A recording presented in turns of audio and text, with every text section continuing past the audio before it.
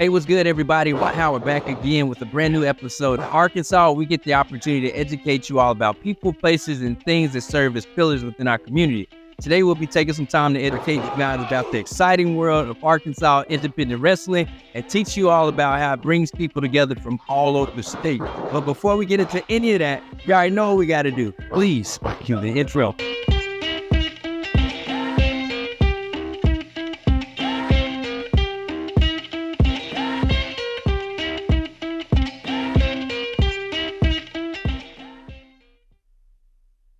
Professional wrestling is a spectator sport, but it's a dramatization.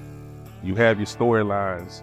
At its core, it's a comic book. It's a superhero movie. You got your good guy, you got your bad guy. It's a battle of good and evil.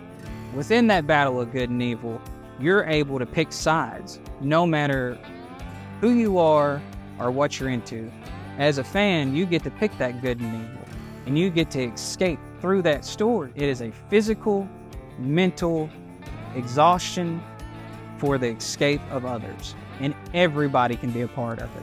Pro wrestling is a very high-octane form of theater. If you enjoy any kind of like theater in the round, if you enjoy any kind of live performance at a very high level, even low-level wrestling will scratch that itch in a heartbeat.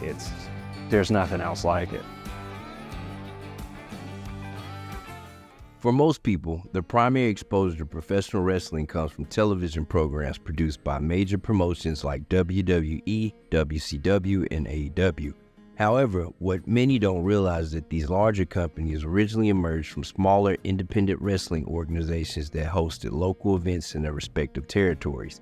Even today, numerous independent wrestling promotions continue to thrive, keeping the spirit of grassroots wrestling alive. Right now, in this day and age, the independents are just as important as the bigger companies, and a lot of people don't realize. It's the engine that keeps everything running.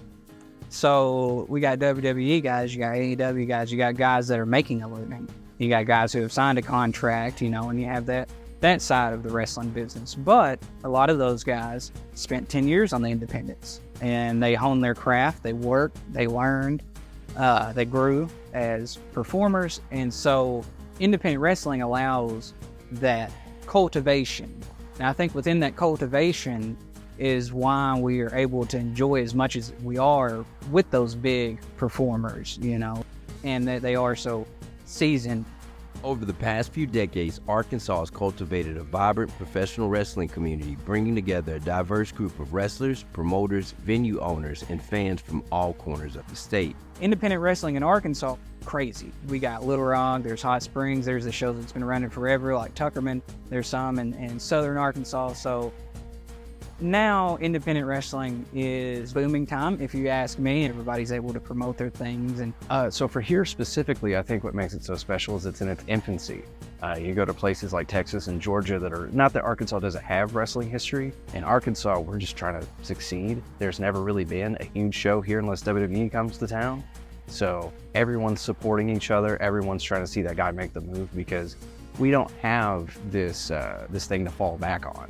If we don't do TAC, if CKW down the road is not doing their shows, or insert indie company here, if they don't do anything, then there's just no wrestling. So we have to support each other. Otherwise, there's that thing that we all love, that art we all love, is fucking gone. The importance of the culture of wrestling. So I look at it like this. With wrestling, man, it's a niche community, but think of it as like a Comic-Con. So you got doctors, lawyers. At some point, they want to get together, have a beer or two, get some good food, and yell at men in their underwear fighting. I don't know why, but it's like that. But the community aspect of it is so crazy, because, like I said, you never know who you're talking to or who you're around. You get together with somebody, you might nudge somebody to be like, hey man, did you see that move?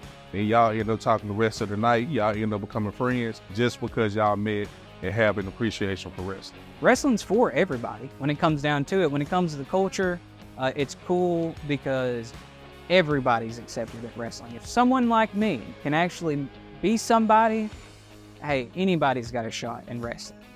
The culture means the world to us, and the fans and everyone that helps out, and every little part means the world, because without it, this doesn't exist. A lot of my closest friendships are all tied to wrestling. So, it's the thing that we all do together. That's like TAC. What we're doing tonight is not I'm trying to make $1 million and start my own wrestling company. Every single one of these shows are just people that I'm friends with, I've met on the road or locally. There's like, hey man, I'm doing a gig on February 17th. You available? And throw them on, and that's the thing.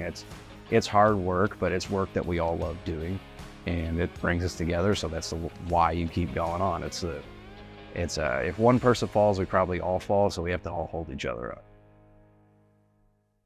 For years, one of the biggest debates surrounding professional wrestling has centered on its authenticity and the genuine athletic abilities of its participants. Those unfamiliar with the sport often ask the same question: is wrestling real or fake? You watch a movie, right? Movie fake. But you'll be so invested on that movie. You watch reality shows. Reality shows are fake, but you'll be so invested in them.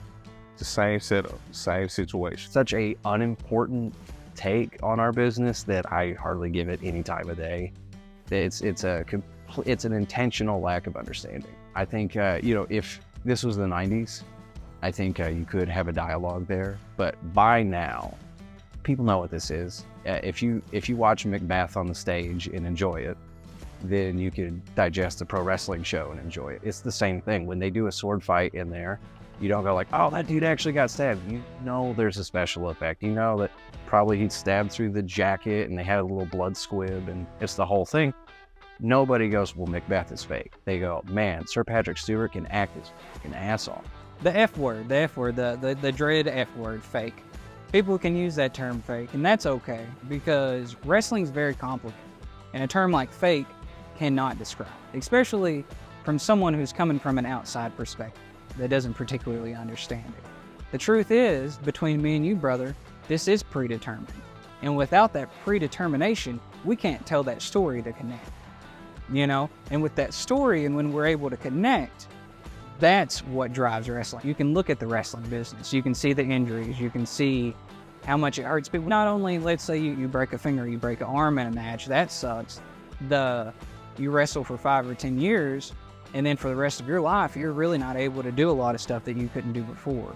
And so there's a lot of tolls that the wrestling business takes on us. And fake doesn't particularly touch any of those pains, because to us, it's all very real. And when we go out there and we make that connection enough so someone else believes that it's real, we must believe that ourselves. And so when it's real to us, it's real to you, and you suspend that disbelief. If you don't believe in magic, no magic will ever work for you. You must believe in magic, and wrestling is magic. And if you want to call it fake, you can call it fake, but you can also get in that ring and take a bump and see if you want to take another one. Wrestling is real, man. People have died by doing this. Like, some people think we're just glorified stunting, which at its core is true, but it's an art form behind it, man. Injuries are real, man. I got a buddy who broke his neck. Somebody I used to be cool with who was wrestling real tough. He fractured his back, and he can't do anything right now. He still lift and work out, but any kind of physicality, he can't do it. The injuries are real, man. Like, we really punching, really kicking, really throwing people. Each time you see somebody get slammed, it's a small car crash. Despite many aspects of professional wrestling being predetermined, the potential for injury remains unpredictable and very real. No matter how skilled the wrestlers are, there's always a risk that something could go wrong, just as in any other full contact sport.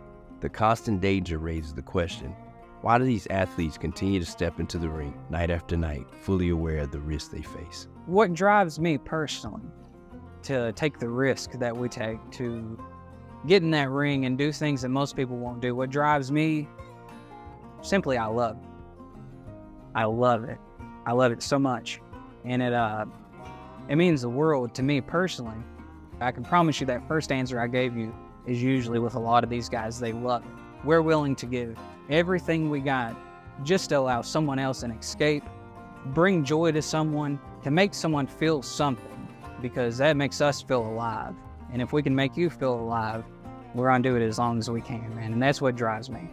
When someone comes up and tells you, that they enjoyed your match, or if someone yells at you and gives you all that anger that they've been bottling up and they're able to give that release. And so to have someone tell you that you did good in the thing that you love the most, nothing feels better. That's nothing but an honor, man.